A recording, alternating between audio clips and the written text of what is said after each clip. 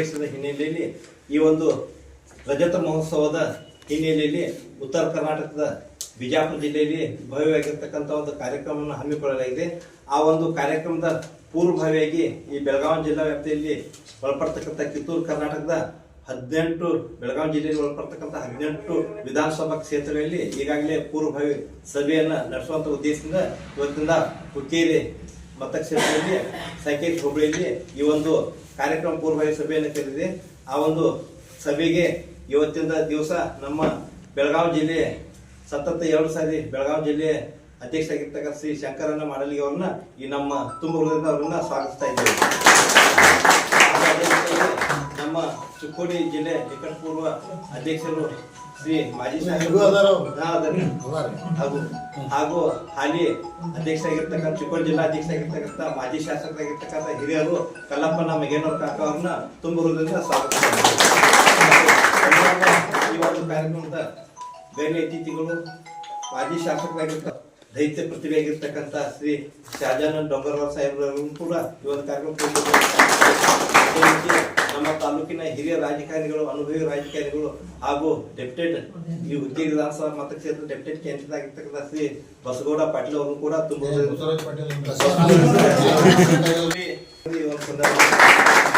ಸುಹಾಸ್ ವಾಳ್ಕೆ ಅವರನ್ನು ಕೂಡ ತುಂಬ ಸ್ವಾಗತಿಸ್ತಾ ಇದ್ದೇವೆ. ನಮ್ಮ ಪಕ್ಷದ ಕಾರ್ಯಕರ್ತರು ಹಾಗೂ ನಮ್ಮ ಒಂದು ಕಿರುಕರಿಗೆ ಹೋಗಕ್ಕೆ ಬಂದಿರತಕ್ಕಂಥ ನನ್ನ ಆತ್ಮೀಯ ಎಲ್ಲ ಪತ್ರಕರ್ತರ ಸಹೋದರರು ಕೂಡ ತುಂಬ ಹೃದಯದಿಂದ ಕೈ ಮುಗಿದು ಸ್ವಾಗತಿಸ್ತಾ ಇದ್ದೇವೆ. ತೇಜ್ ಪ್ರಭು ನ್ಯೂಸ್ಗೆ ಸ್ವಾಗತ. ಜಾತ್ಯತೀತ ಜನತಾದಳ ಪಕ್ಷವು ಸ್ಥಾಪನೆಗೊಂಡು 25 ವರ್ಷ ಪೂರೈಸಿದ ಪ್ರಯುಕ್ತ ರಜತ ಮಹೋತ್ಸವವನ್ನು ರಾಜ್ಯ ಮಟ್ಟದ ಕಾರ್ಯಕ್ರಮವನ್ನು ವಿಜಯಪುರದಲ್ಲಿ ಹಮ್ಮಿಕೊಳ್ಳಲಾಗಿದೆ. ಇದು ಫೆಬ್ರವರಿ 2026ರಂದು ಕೊನೆಯ ವಾರದಲ್ಲಿ ನಡೆಯಲಿದೆ. ಈ ಪ್ರಯುಕ್ತ ಸಂಕೇಶ್ವರ ಪ್ರವಾಸ ಮಂದಿರದಲ್ಲಿ ಸುದ್ದಿಗೋಷ್ಠಿ ಕರೆದು ಮಾಧ್ಯಮದೊಂದಿಗೆ ಮಾಹಿತಿ ಹಂಚಿಕೊಂಡರು. ಜೆಡಿಎಸ್ ಪಕ್ಷದ ಮಾಜಿ ಸಚಿವರು ಹಾಗೂ ಚಿಕ್ಕೋಡಿ ಜಿಲ್ಲಾ ಜೆಡಿಎಸ್ ಪಕ್ಷದ ಅಧ್ಯಕ್ಷರಾದ ಸನ್ಮಾನ್ಯ ಶ್ರೀ ಕಲ್ಲಪ್ಪಣ್ಣ ಮೆಗಣ್ಣವರ್, ಮಾಜಿ ಸಚಿವರು ಶಹಜಾನ್ ಡೋಂಗರ್ಗಾಂವ್, ಬೆಳಗಾವಿ ಜಿಲ್ಲಾ ಜೆಡಿಎಸ್ ಅಧ್ಯಕ್ಷರು ಶಂಕರರಾವ್ ಮಾಡಲ್ಗಿ, ಜೆಡಿಎಸ್ ಮುಖಂಡರಾದ ಹಾಗೂ ಹುಕ್ಕೇರಿ ಮತಕ್ಷೇತ್ರದ ಎಂಎಲ್ಎ ಅಭ್ಯರ್ಥಿ ಬಸವರಾಜ್ ಪಾಟೀಲ್, ಸುಹಾಸ್ ವಾಳ್ಕೆ, ಕಾಡಗೌಡ ಪಾಟೀಲ್, ರವಿ ಪಾಟೀಲ್ ಉಪಸ್ಥಿತರಿದ್ದರು. ನೂತನವಾಗಿ ಹುಕ್ಕೇರಿ ತಾಲೂಕಾ ಜೆಡಿಎಸ್ ಅಧ್ಯಕ್ಷರಾಗಿ ಆಯ್ಕೆಯಾದ ಶ್ರೀ ಮಹೇಶ್ ಖನಾಯಿ ಇವರಿಗೆ ಸತ್ಕರಿಸಿ ಗೌರವಿಸಲಾಯಿತು. ಜೆಡಿಎಸ್ ಪಕ್ಷದ ಜಿಲ್ಲಾ ಕಾರ್ಯದರ್ಶಿ ಮುಖಂಡರಾದ ಶಿವಸಮಕ್ಕನವರ್ ನಿರೂಪಿಸಿ ಸ್ವಾಗತಿಸಿದರು. ತೇಜ್ ಪ್ರಭು ನ್ಯೂಸ್, ಸಂಕೇಶ್ವರ್.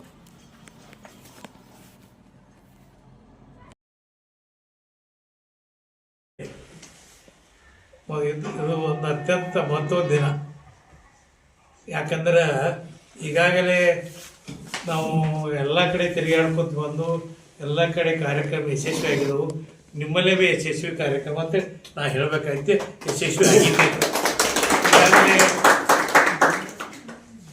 ಜನತಾದಳ ಪ್ರಾರಂಭ ಆಗಿ 25 ವರ್ಷ ಆಯಿತು. ಅದರ ಸಿಲ್ವರ್ ಜೂಬ್ಲಿ ಕಾರ್ಯಕ್ರಮ ನಿಮಿತ್ತವಾಗಿ ಈ ವಿಜಯಪುರದಲ್ಲಿ 27ನೇ ತಾರೀಕು ಕಾರ್ಯಕ್ರಮ ಇಟ್ಟಿದ್ದರು. ಅದು ಜನತಾ ಕಾರ್ಯಕ್ರಮ ಅಂತೇಳಿ.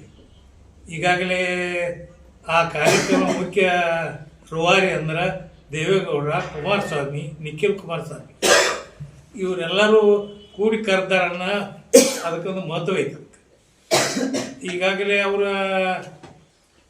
ಅಲ್ಲಿ ತಮ್ಮ ಇತರಾಗ ಆ ಭಾಗವನ್ನು ಮಾಡಿದರು. ಈಗ 2ನೇದಾಗಿ ನಮ್ಮ ವಿಜಯಪುರ, ನಮ್ಮ ಈ ಕಿತ್ತೂರು ಕರ್ನಾಟಕದ ವತಿಯಿಂದ ಇಲ್ಲಿ ಮಾಡ್ತಾ ಇದ್ದಾರೆ 7 ಜಿಲ್ಲಾದ. ಈಗ ನಾವು ಹೋಗ್ಬೇಕಾದ್ರೆ ಯಾಕೆ ಹೋಗಬೇಕು ಅನ್ನೋದು ನೀವು ಪ್ರಶ್ನೆ ಐತಿ. ದೇವೇಗೌಡರ ಪ್ರಧಾನಮಂತ್ರಿ ಇದ್ದಾಗ ಅವ್ರು ಏನು ಕೆಲಸ ಮಾಡಿರು, ಕುಮಾರಸ್ವಾಮಿ ಅವರಿದ್ದಾಗ ಏನು ಕೆಲಸ ಮಾಡಿರು, ನಿಖಿಲ್ ಕುಮಾರಸ್ವಾಮಿಗೆ ಏನು ಮಾಡ್ತಾಯಿದ್ರು, ಇದ್ರ ಸಲುವಾಗಿ ತಿಳ್ಕೊಂತ ತಾವೆಲ್ಲರೂ ಹೋಗ್ಬೇಕಾಗೈತಿ. ಈಗಾಗಲೇ ದೇವೇಗೌಡರ ಪ್ರಧಾನಮಂತ್ರಿ ಇದ್ದಾಗ ಕೇಂದ್ರದಲ್ಲಿ ಇಲ್ಲಿ ಅನೇಕ ಕಾರ್ಯಕ್ರಮ ಮಾಡಿರಲ್ಲ. ಈ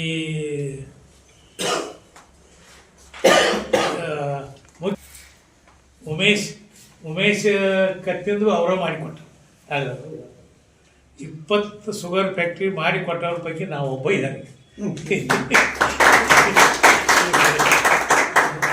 ಈಗ ಈ ಹುಕ್ಕೇರಿ ಮತಕ್ಷೇತ್ರದ ನಮ್ಮ ಎಲ್ಲ ಸಾರ್ವಜನಿಕರಾಗಲಿ, ರೈತರಾಗಲಿ ಅಥವಾ ನಮ್ಮ ಪಕ್ಷದ ಅಭಿಮಾನಿಗಳಾಗಲಿ ಅಲ್ಲಿ ಆ ಒಂದು ಸಭೆಯಲ್ಲಿ ಭಾಗವಹಿಸಬೇಕು.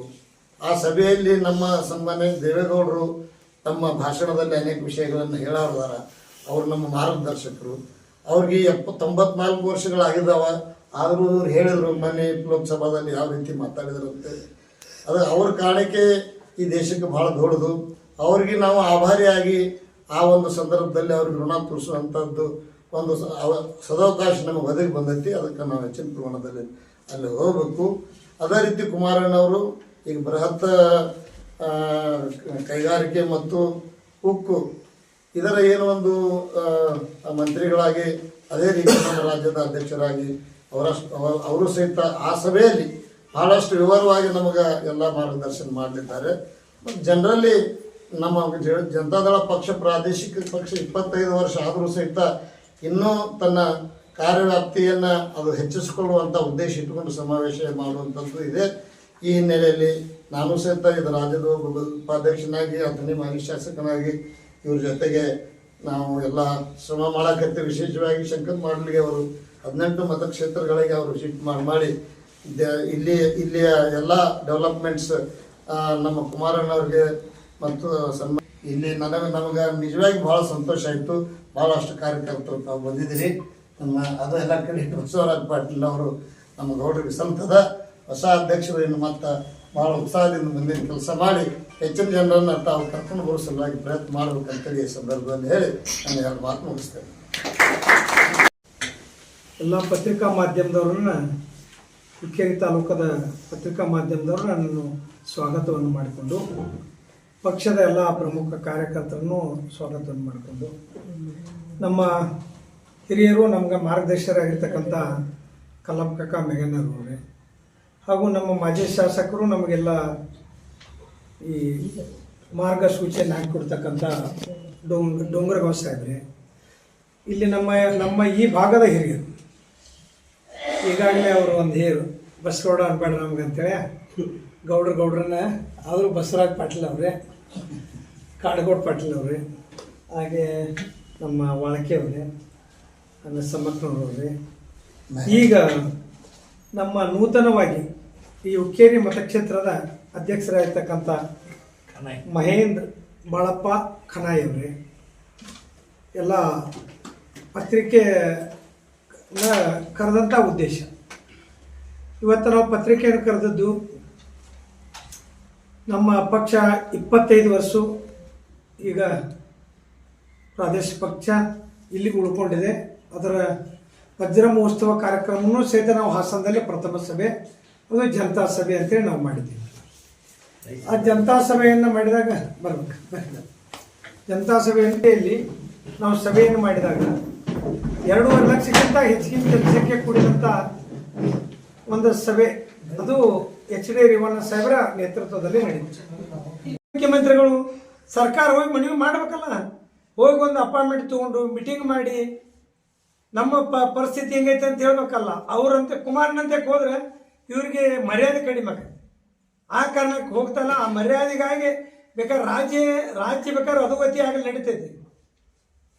ಕುಮಾರನಂತೆ ಹೋಗಿ ಇವರಿಗೆ ಮುಂದೆ ಕುಡ್ರಕ್ಕೆ ಇವರಿಗೆ ಅಸಹ್ಯ ಆಗ್ತಾ ಇದೆ. ಆ ಕಾರಣಕ್ಕೆ ಬೇಕಾದ್ರೆ ಫ್ಯಾಕ್ಟ್ರಿಗಳೆಲ್ಲ ಹೋಗಲಿ, ರೈತರೆಲ್ಲ ಹೋಗಲಿ, ರೈತರೆಲ್ಲ ಹಾಳಾಗಿ ಹೋಗಲಿ ನಡೀತೈತಿ. ಆದ್ರೆ ಇವ್ರು ಮರ್ಯಾದೆ ಹೋಗ್ಬಾರ್ದಲ್ಲ. ಆ ಕಾರಣಕ್ಕೆ ಈ ಕಾಂಗ್ರೆಸ್ ಸರ್ಕಾರ ಬರೀ ದ್ವೇಷ ರಾಜಕಾರಣ ಬಿಟ್ಟು ಏನು ಮಾಡ್ತಾ ಇಲ್ಲ. ಕೇಂದ್ರದಾಗ ಹೆಂಗಿರ್ಬೇಕಂದ್ರೆ ಒಂದು ಹೊಂದಾಣಿಕೆ ಮೇಲೆ ಇವರು ಹೋಗ್ಬೇಕು. ಬೆಳಗ್ಗೆ ಎದ್ದ ಕೂಡಲೇ ದಿನನಿತ್ಯ ಕೇಂದ್ರ ಸರ್ಕಾರ ಬರೀ ತೇಜೋವಧಿ ಮಾಡೋದು, ಅವರು ಬೇಕು ಅಂತ ವಾರ ಏನು ರಾಜ್ಯದಲ್ಲಿ ಇಂಪ್ಲಿಮೆಂಟ್ ಆಕತಿ, ಯಾವುದೂ ಕೆಲಸಗಳು ಆಗಂಗಿಲ್ಲ. ಇವ್ರ ಉದ್ದೇಶ ಏನಂದ್ರೆ ಕಾಂಗ್ರೆಸ್ ಸರ್ಕಾರ ಸಂಪೂರ್ಣ ದಿವಾಳಿ ಆಗಿದೆ. ಈ ಕೋಆಪರೇಟಿವ್ ಸಕ್ಕರೆ ಕಾರ್ಖಾನೆಗಳೆಲ್ಲ ಬಂದ್ ಆಗಬೇಕು. ಸರ್ಕಾರಿ ಸಕ್ಕರೆ ಇವೇನಾದ ಏನು ಮಾಲಕರದಾರಲ್ಲ, ಮಾಲಕರ ಏನು ಖಾಸಗಿ ಸಂಸ್ಥೆಗಳ ಈ ಸಕ್ಕರೆ ಫ್ಯಾಕ್ಟ್ರಿ ನಡೆದ್ರೆ ಖಾಸಗಿ ಫ್ಯಾಕ್ಟ್ರಿ ಮಾಲಕರೆಲ್ಲ ಕಾಂಗ್ರೆಸ್ಸಿನ ನಾಯಕರದ, ಅವರೇ ಮಂತ್ರಿಗಳದಾರು, ಅವರೇ MLA ಉಳಿದರು. ಆ ಕಾರಣಕ್ಕೆ ಶುಗರ್ ಫ್ಯಾಕ್ಟ್ರಿಗಳ ಈ ಕೋಆಪರೇಟಿವ್ಗಳೆಲ್ಲ ಹೋಗಬೇಕು, ಪ್ರೈವೇಟ್ ಕಂಪ್ನಿಗಳೆಲ್ಲ ಉಳಿಬೇಕು ಅನ್ನೋದನ್ನ